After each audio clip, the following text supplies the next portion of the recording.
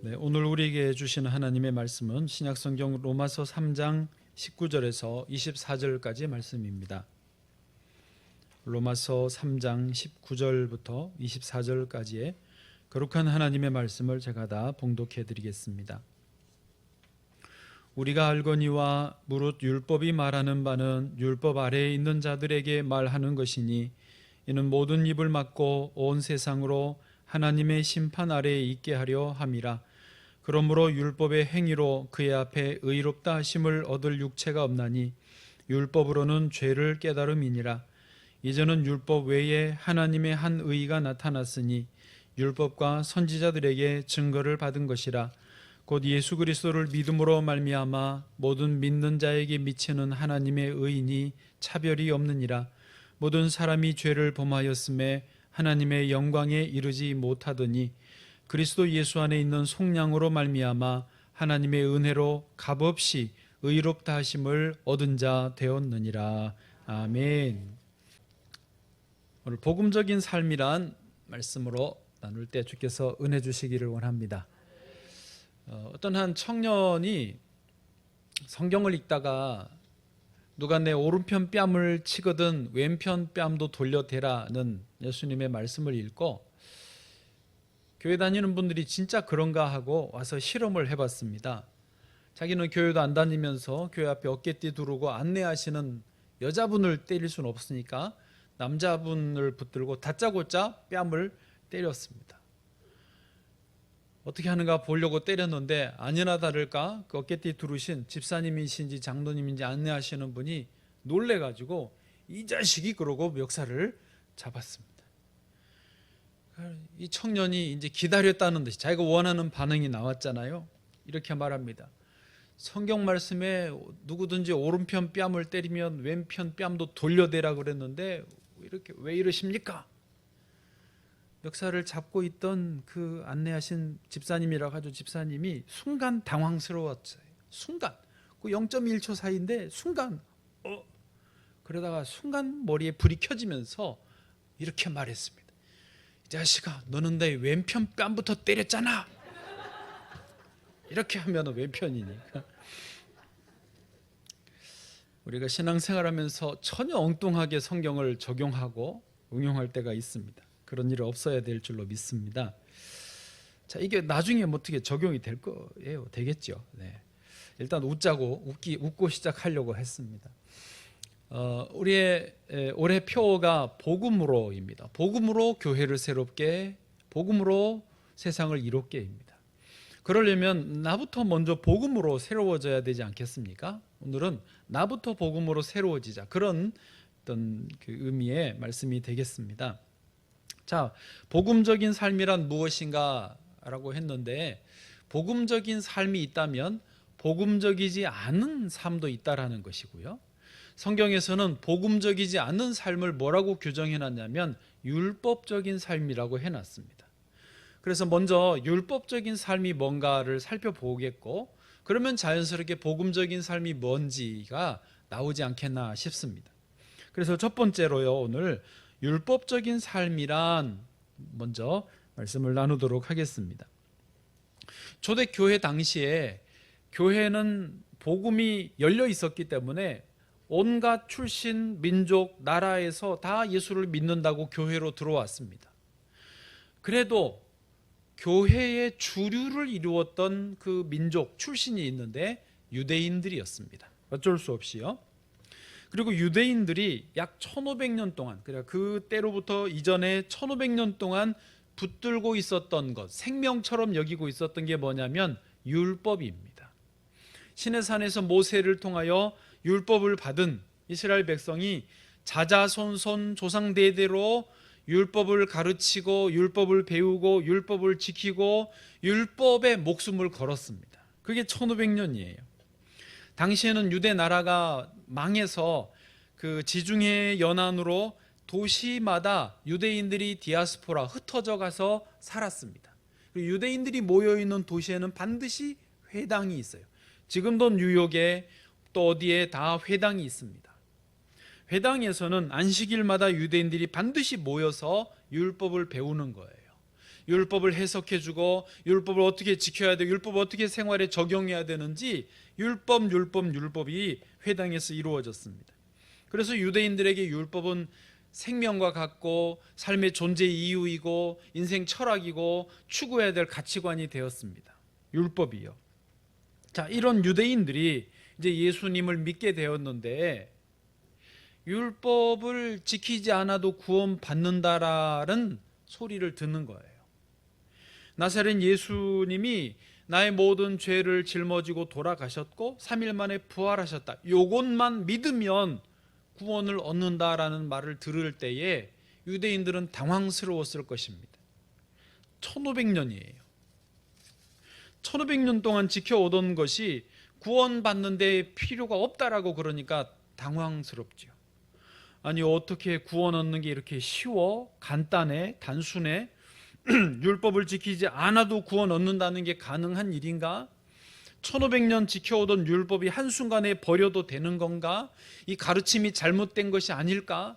그럼 스스로 유대인 기독교인들이 어떻게 이해를 했냐면, 그래, 예수님이 우리 죄를 대신 짊어지고 어린 양처럼 죽어주셨다. 그래, 그건 율법적으로도 맞으니까 아멘으로 받아들이면서 동시에 자기들이 스스로 그래도 예수님도 믿고 율법도 지켜야지, 그래야 구원이 될 거야 라고 적용을 한 거예요.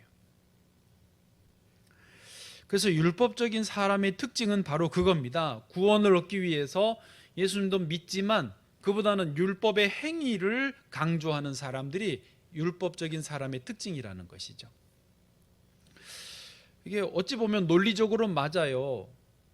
구원을 얻기 위해서 내가 뭔가를 해야 되지 않느냐? 구원에 합당한 행위, 구원에 합당한 삶을 살아야 구원받지. 그게 논리, 세상 논리이죠. 그런데 하나님의 시각으로 보면 안 맞는다는 것을 알 수 있습니다. 오늘 본문의 20절입니다. 같이 읽어보실까요? 시작. 그러므로 율법의 행위로 그의 앞에 의롭다 하심을 얻을 육체가 없나니 율법으로는 죄를 깨달음이니라. 아멘. 우리가 육체를 가지고 있어서 율법을 지키려고 아무리 노력을 해도 완벽하게 지킬 수 없다라는 것을 경험적으로 깨닫게 되는 것이죠. 그러면 하나님이 율법을 왜 주셨느냐? 죄를 깨닫게 하시려고 율법을 주셨다라는 거예요. 아, 나는 어쩔 수 없는 죄인이로구나. 내 노력으로는 구원을 받을 수 없구나. 하나님의 은혜가 필요하구나 하면서 빈손 들고 두 손 들고 주 앞에 항복하게 하려고 율법을 주셨다라고 하는 거지요. 그런데 유대인들은 그게 안 됐던 거예요. 유대인들 중에서도 들어보셨나요? 바리새인들, 서기관들, 율법 서기관이나 바리새파 사람들은요, 율법에 목숨을 걸었어요. 평생 율법을 연구하고 평생 율법을 지키고 평생 율법을 따라가기 위해서 자기 스스로를 구별한 사람들이에요. 그런데 아까 말한 대로 바리새인들이 예를 들어서 율법을 지키려고 열심히 갔어요. 그래서 자기 스스로는 우리는 율법을 지키고 따라가니까 의롭다라고 생각하고 그렇지 못한 다른 사람들은 더럽다라고 생각합니다.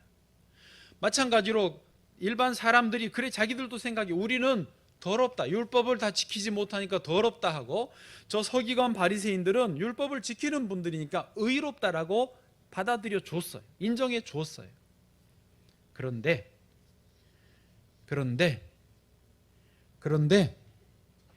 바리새인 서기관들이 아무에게도 말하지 못하고 전혀 공개하지 못하고 자기 스스로 속을 내면을 들여다보면서 관찰해 볼 때 자기들은 위선적이라는 것을 알았어요. 왜냐하면 이 성경대로 율법으로는 의롭다함을 얻을 육체가 없어요. 행위로는 아무리 해도 자기 스스로 완벽하지 않은 것을 바리새인 자기들은 아는 거예요. 그래서 자기 속이 그렇지 못하다는 것을 가리기 위해서 오히려 예수님 시대에 바리새인들이 회당에서 긴 옷을 입고 다녔습니다. 사람들이 많이 있는 시장통에서 큰 소리로 기도했어요. 왜요? 자기들의 속을 가리기 위해서 오히려 더 치장을 하는 거예요. 이런 거를 위장한다고 하죠. 변장한다고 하지요. 더 나가면 환장한다고 하죠. 바리새인들이 그런 거예요. 그리고 자기들이 안 그런 것을 가리기 위해서 오히려 다른 사람들을 이제 비판하는 거예요. 왜 율법을 제대로 못 지켜? 왜 행동이 그래? 왜 말하는 게 그래? 왜 머리가 그래? 왜 옷이 그래? 왜 태도가 그래? 계속 지적하는. 그래야 자기들이 더 거룩한 것처럼 보이니까요. 결국 자기 보호 본능이었습니다. 사람들은 속았을지 모르지만 예수님은 그 바리새인들의 그 위선을 꿰뚫어 보셨습니다. 그래서 이렇게 말씀하셨죠. 마태복음 23장 25절 보시면 화 있을진저 외식하는 서기관들과 바리새인들이여 회칠한 무덤 같으니, 무덤에 회칠을 했어요. 겉이 얼마나 깨끗해 보입니까? 겉으로는 아름답게 보이나 그 안에는 죽은 사람의 뼈와 모든 더러운 것이 가득하도다. 여러분, 이 장을 옛날에 할 때 봤는데요. 저 어릴 때인데 그 돌아가신 지 얼마 안 돼서 이 장 한다고 무덤을 팠는데 뼈는 그대로 있는데 살들이 이제 썩어지면서 그게 구더기가 구들구들구들하는 걸 봤어요. 바리새인들이 그렇다는 거예요. 겉으로는 회칠을 해서 그럴싸하게 깨끗하게 보이고 아름답게 보여지지만 심지어 그 안에는 죽은 사람의 뼈와 모든 더러운 것이 가득하도다. 그게 바리새인들의 실상이라는 거예요. 그게 율법적인 삶의 모습이라는 거예요. 지금 우리도 잘못하면 율법적인 삶을 사는 실수를 할 수 있습니다. 그러나 오해하지는 마십시오. 바리새인들이 무슨 악독한 짓을 한 건 아닙니다. 무슨 살인죄를 저지른 게 아니에요. 대단히 뭘 잘못한 게 아니에요. 그냥 굳이 말하면 팻말, 율법의 행위라는 팻말을 보고 길을 잘못 들었을 뿐이에요. 등산로 치면 길을 잘못 들어서 정상에 올라갈 줄 알았는데 밑에서 계속 헤매고 있는 거예요. 그게 10년, 20년, 30년 평생을 율법의 행위로 정상에 도달할 줄 알고 거기서 헤매고 있는 그것일 뿐이에요. 나름대로는 하나님께 열심이죠. 나름대로는 최선을 다하고 있는데 이상하게 만족이 안 되는 거예요. 제가 조심스럽게 요즘에 우리 성도님들께 이 말씀을 자꾸 드리고 저도 지금 좀 교정을 하고 해드리고 있는 중인데요. 제가 목사로서 성도님들께 말씀을 많이 읽읍시다. 기도를 많이 합시다. 특별히 새벽기도 제가 강조하거든요. 청년들, 제자훈련하는 청년들한테 지난 목요일 날 야단을 치진 않았는데 야단처럼 느껴졌을 수도 있어요.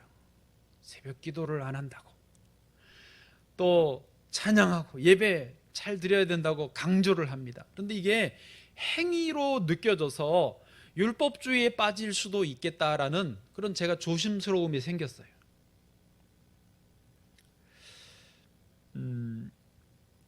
그게 아닙니다. 우리는 율법으로 이걸 하자는 게 아니에요. 그렇게 받아들이면 안 됩니다. 그러면서 잘못하면 나는 새벽 예배를 드리는데 저 집사님은 새벽 예배 안 드리네.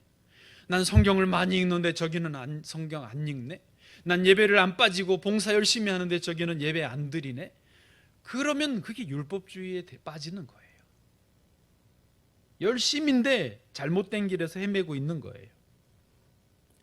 특별히 우리 성도님들은 다른 교인에 대해서 말을 안 합니다. 거의 평가하거나 이러니 저러니 말을 안 하는 걸로 제가 알고 있는데 요즘에 조금 그런 말이 들리는 것 같기도 하고 안 들리는 것 같기도 하고 한다 하고 말을 하는 것 같기도 하고 하여튼 확실히는 모르지만 그런 것처럼 들린다고 생각이 있기도 하고 느낌이 들기도 하고 하여튼 조심스럽게 이렇게 저렇게 말을 해보는 것입니다.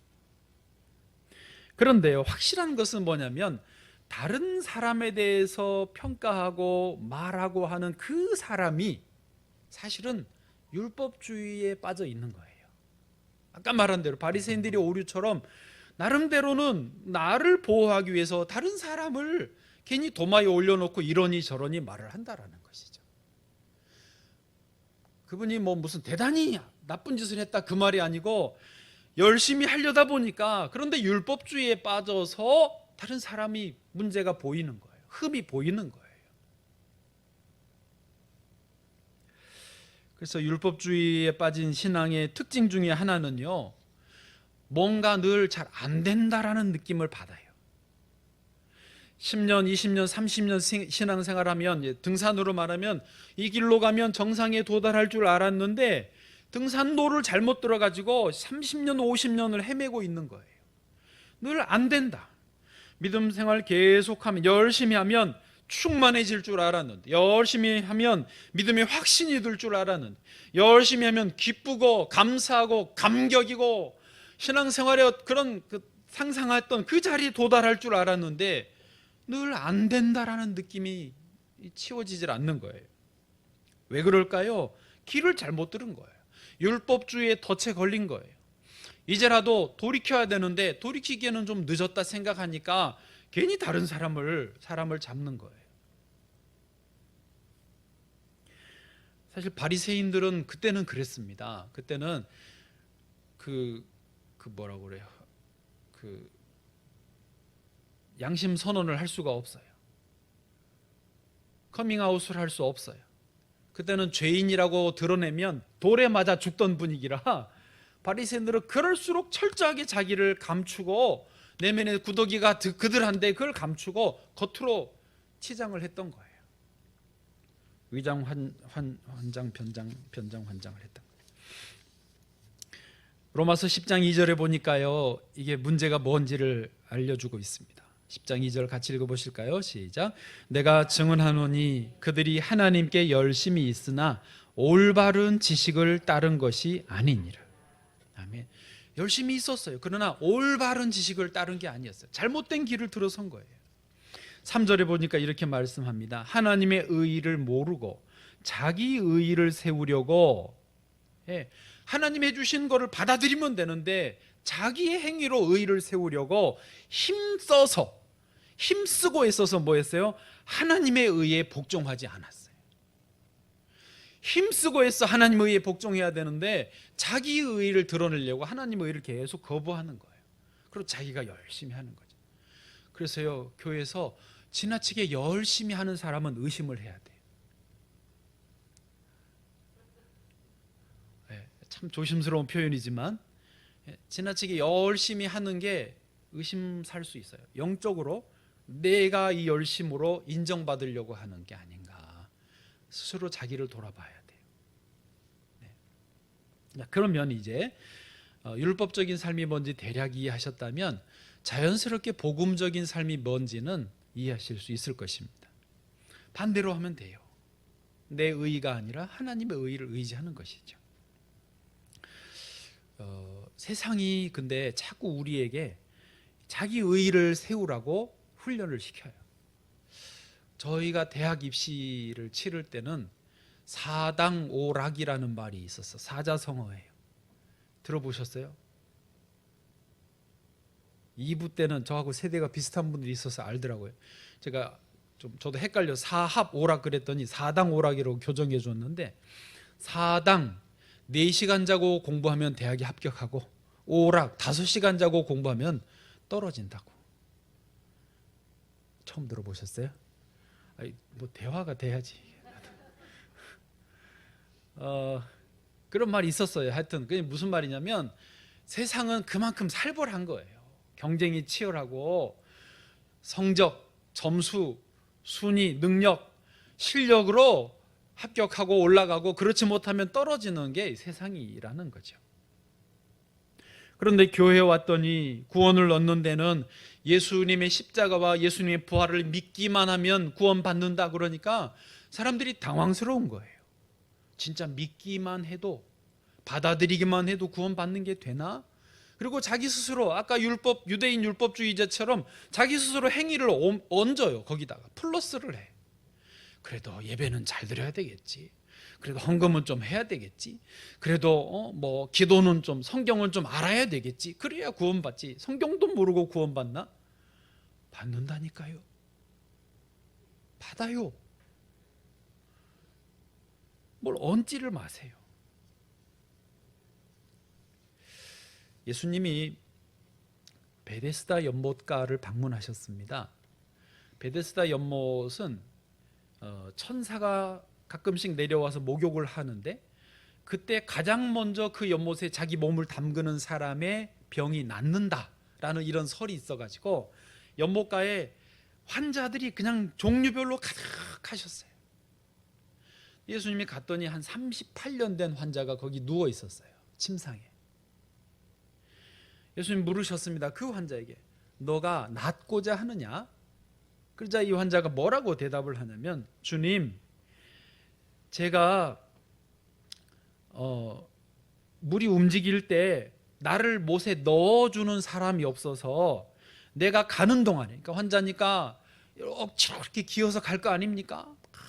써서 가는데 그 속도가 안 나잖아요. 내가 가는 동안에 다른 사람이 먼저 내려가나이다. 그 말 이해되시죠?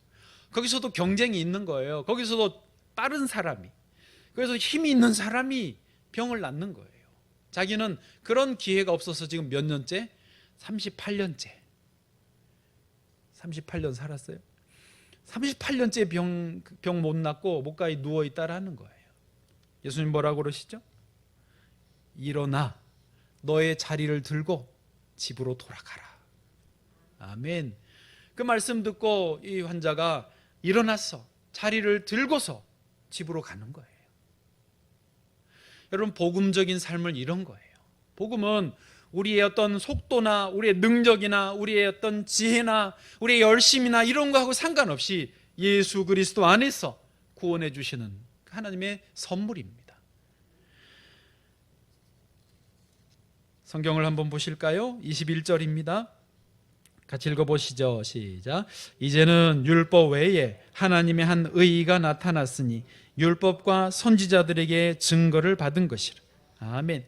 율법의 행위가 아니라 하나님의 의의가 나타났어요. 22절입니다. 시작.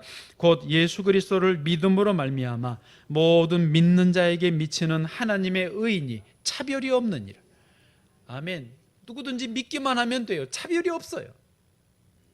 나이, 고화, 건강 상태, 무슨 IQ 전혀 상관이 없어요. 23절입니다. 시작. 모든 사람이 죄를 범하였음에 하나님의 영광에 이르지 못하더니. 아멘. 니나 나나 죄인인 건 똑같아요. 누구나 다 죄인인 건 똑같아요. 그 다음에 24절입니다. 시작. 그리스도 예수 안에 있는 속량으로 말미암아 하나님의 은혜로 값없이 의롭다 하심을 얻은 자 되었느니라. 아멘. 예수 안에 있는 속량으로 하나님의 은혜로 값없이, 무슨 지불함이 없이 다 의롭다함을 얻은 자 된 줄로 믿습니다. 여러분, 이거는 아직 아닌 게 아니잖아요. 이미 된 거예요. 예수 믿는 사람은 이미 구원함을 받았어요. 이미 복음의 삶으로 들어왔어요. 할렐루야. 그래서 초대교회 성도들은요, 이 복음의 감격 속에서 교회에 모여서 그 천국의 삶을 누렸어요. 서로 떡을 떼고 교제하면서 주님을 찬양하고 기뻐하고, 있는 사람이 없는 사람 앞에서 비교하면서 자랑하는 게 아니라 있는 사람이 있는 가져와서 없는 사람 나누어주고, 없는 사람들은 그걸 부끄러워하는 게 아니라 다 우리가 같이 죄인이었지만 죄의 은혜로 죄 사함 받았으니까 당당하게, 그렇다고 당연히 내놓으라 이런 것도 아니고 감사하면서 함께 나누었어요. 그게 천국이죠. 복음적인 삶이라는 것은 그런 거예요. 여러분, 세상은요, 조금만 있으면 폼 잡고 없으면 부끄럽습니다. 있는 사람 보십시오. 어떻게든지 자랑하고 싶어가지고 내 속에서 가만히 있지를 못해요. 괜히 이렇게 하고 말이죠. 자녀가 뭐 좋은 일 있으면 말하고 싶어가지고 입이 간질간질 하는 거예요. 또 그걸 듣고 참고 있는 상대방도 괴로워요. 정말 예뻤네 이러면서. 그러나 복음적인 삶은 그런 걸 다 넘어서는 거예요. 오직 주의 은혜로 내가 여기 있습니다. 저는 신학교 장신대 신대원에 88기로 입학을 했어요. 그때 한 기수에, 한 해에 300명 정도씩을 뽑아요. 그래서 저희가 88기인데, 근데 또 저희는 덜 뽑았어요. 250명만 선발이 됐어요. 그때 한 1200명 정도가 지원을 하고 평균 300명을 뽑으니까 4대1 경쟁률인데 250명을 뽑았으니까 저희는 더 경쟁률이 치열했어요. 그래서 우리가 하필 또 88기여가지고 기수도 우리 안에서는 굉장히 자부심이 있었어요. 그렇지 않겠어요? 생각해 보세요. 그러잖아요. 우리가 더 치열했으니까. 그래서 우리끼리는 다 자부심이 있어서 우리는 88기야. 그런데 영적으로는 이게 우리에게 독이 됐어요. 참 평가 기준이 애매하긴 하지만 제가 볼 때는 저희 동기들 중에서 건강하게 목회를 하고 있는 분들이 비율이 낮아요. 다른 기수에 비해서. 교만해가지고 잘나가지고. 그런데요, 제가 1학년 들어가니까 3학년 선배들이 이제 86기죠. 3학년 선배들은 저희랑 다른 방식으로 들어왔다고. 그 기수만 늘 필기 시험을 치르고 그 다음에 면접을 보고 오는데, 이 기수는 서류 전형만 하고 면접만 치러서 들어왔어요. 그것도 330명 정도, 훨씬 더 뽑았어요. 그때 아마 학교 그 행정이나 그런 주변 상황이 도저히 필기 시험을 1200명을 데려다가 필기 시험을 치를 여건이 안 돼가지고 그냥 서류로 일단 끝내고 면접 보고는 통과시킨 거예요. 그러다 보니까 필기 시험을 치렀으면 안 되는 어려운 분들 있잖아요. 그분들이 재수, 삼수, 사수, 오수 막 하고 있었거든요. 그분들이 상당수 합격을 했어요. 물론 필기시험을 치렀어도 합격할 분들이 들어오기도 했지만 어쨌든 이러저러한 분들 한 330여 명이 합격을 한 거예요. 제가 1학년 때 그 250명 더 치열한 경쟁을 뚫고 들어와서 보니까 3학년은 자기들은 은혜 학번이다 그러면서 이렇게 있는 거예요. 저도 참 교만해가지고 그때는 저분들은 시험 안 치르고 참 거저 먹었구나 무시하는 경향이 약간 저도 있었어요. 그런데 86기 선배들이 보니까 목회를 잘해요. 왜냐? 우리는 은혜를 입은 학번이다. 우리는 하나님의 은혜로 목회를 할 수 있게 되었다. 목회도 은혜로 해야 된다. 목회가 잘 되는 거예요. 이거 이해되십니까? 이해되세요? 영적인 세계에서는요, 자기 실력이 있고 오히려 교만한 사람이 안 됩니다. 엎어져요. 교만은 패망의 선봉이에요. 그러나 주의 은혜를 의지하는 사람은요, 오히려 잘 되는 거예요. 나는 부족한 사람입니다. 난 자격이 없어요. 나는 어떻게 주님 아니시면 할 수 없어요. 그런 분들이 잘 되는 거예요. 그렇게 놓고 보면 이번에 추가로 하신 것처럼 된 피택되신 12분의 피택자분들을 저는 은혜 학번이라고 부르고 싶습니다. 나이가 많으신 분도 있어요. 그리고 기존에 투표하던 방식으로 했으면 안 됐을 수도 있는 분도 있어요. 물론 기존의 투표 방식으로 했어도 되실 분도 있지요. 어쨌든 중요한 것은 뭐냐면 내가 어떻게 인식하느냐예요. 나는 은혜로 되었다라고 인식하면 은혜 학번이죠. 그리고 은혜로 되었다라고 하시는 분들이 하나님 앞에 계속 은혜 위에 은혜로라, 더 큰 은혜를 받을 줄로 믿습니다. 자, 그러면 이제 복음적인 삶이 무엇인지를 아셨을 테니까 복음적인 삶을 어떻게 해야 잘 누리는가 하는 것만 잠깐 짚어보겠습니다. 한번 확인해 드리면 우리는 복음적인 삶은요, 이미 예수를 믿으면 예수 안에서 이미 우리는 그걸 얻었어요. 복음의 삶을 얻기 위해서 가는 게 아니라 이미 우리는 복음의 삶을 얻었고 이걸 어떻게 누리느냐를 우리가 이제 하는 것이죠. 첫 번째로는 주일 예배를 잘 드리는 거예요. 따라해 보세요. 주일 예배를 잘 드리자. 뭐냐면 지금 우리가 주일 예배를 드리고 있는데 주일은요, 예수님이 부활하신 날 아침이에요. 할렐루야. 예수님이 사망의 권세, 어둠의 권세, 흑암의 권세, 슬픔과 우울함에 안 되는 모든 저주를 끊어버리시고 다시 살아나신, 부활하신 날 아침이에요. 그래서 당시에 예수님을 믿었던 유대인들도 유대인의 안식일이 원래 유대인 달력으로 토요일이지만 예수님이 유대 안식일 전날 돌아가시고 안식일 날 무덤에 계시고 안식 후 첫날 부활하셨잖아요. 그래서 이 날이 너무 귀한 거예요. 예수님이 다시 살아나신 날이 우리에게 승리의 날이고 복음을 주신 날이고 완성이 된 날이고 영광의 날이고 기쁨의 날인 거예요. 이 감격을 늘 마음에 새겨야 되겠는 거예요. 안식일은 너무 어려워. 율법을 지켜야 되고 막 뭐도 하면 안 된다, 뭐도 하면 안 된다, 뭐 하면 야단 맞고 막 그러잖아요. 근데 주님의 날은 승리의 날이에요. 그래서 주일로 바꿔서 지키는 거예요. 오늘도 찬양대가 찬양을 다 하는데 2부 때도 그랬는데 3부 때도 저는 이제 그렇게 보니까 그렇게 보여졌겠지만 부활하신 예수님이 여러분의 찬양을 기쁨으로 받고 계시는 거예요. 내 눈에 보이더라고요. 보려고 하면 보인다니까요. 그냥 사람에게 내가 그냥 성가되니까 찬양하는 게 아니라 부활하신 주님이 주님의 날에 부활의 날에 그 주님께 찬양을 드리니까 천군 천사들도 찬양을 같이 드리면서 주님이 찬양을 받으시는 거죠. 여러분 이 날은 그런 날이에요. 얼마나 좋은 날이에요. 그래서 주일날 예배는 오전 예배는 좀 요란해야 맞아요. 도대체 잠을 잘 수 없을 정도로 시끄러워야 맞아요. 잔칫날이고 축제날이고 승리의 날이고 영광의 날인데 거룩하게 차분하게 할 수 없어요. 전설의 고향도 아니고 말이죠.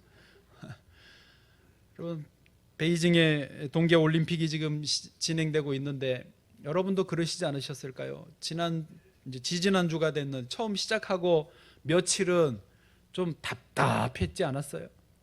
그 스피드 스케이팅에서 우리나라 선수들이 혼성계주에서 넘어지고 또 남자 몇 미터였나요? 거기서 예선에 1위로 조 1위로 들어왔는데 뭐 실격 처리되고 부딪히지도 않았는데요. 뭐 어떻게 했는지 또 2위로 들어왔는데 또 실격 처리되고 얼마나 답답한지요.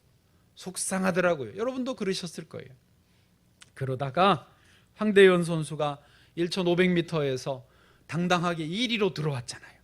그래서 금메달을 따니까 와, 한순간에 그 며칠 동안의 답답한 게 다 사라지더라고요. 할렐루야. 주일은 그런 날이에요. 답답하던 한 주간의 묵은 채증이 다 사라지는 승리의 금메달을 깃발을 흔드는 날이 주일이라고요. 이날 조용한 게 맞아요? 제가 이렇게 까부는 게 맞아요? 복음적인 삶을 주일마다 누리시기를 축복합니다. 두 번째로 복음적인 삶을 잘 누리는 방법은 우리 입으로 선포하는 것입니다. 입을 열어서 아직 안 되는 거를 자꾸 무슨 뭐라고 그래 마인드 컨트롤을 하라는 말이 아니라 이미 된 것을 입으로 확인하라는 거예요. 왜냐하면 세상이 어둠의 마귀가 자꾸 우리에게 부정적인 생각을 넣어주거든요. 아, 피곤하다, 졸립다, 안 된다, 나는 힘들다, 나는 안 될 거야, 이건 불가능한 일이야. 자꾸 세상이 그러는데 가만히 있으면 거기에 우리가 경도당하거든요.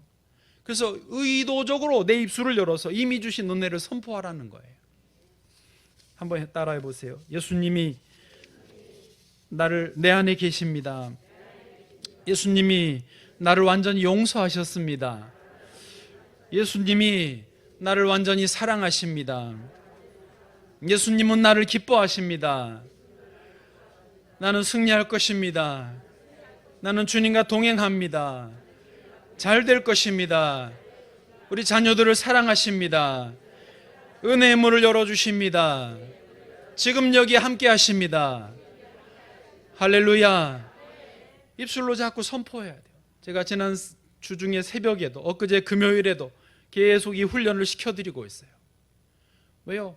여러분 혼자 잘 안 하시잖아요. 그래서 예배 때라도 하는 거예요. 그리고 혼자 꼭 해보십시오. 예수님이 나를 사랑하십니다. 예수님 나를 기뻐하십니다. 예수님 나의 모든 죄를 용서하셨습니다. 지금 지은 죄, 앞으로 지을 죄까지도 예수님이 다 십자가에서 용서하셨습니다.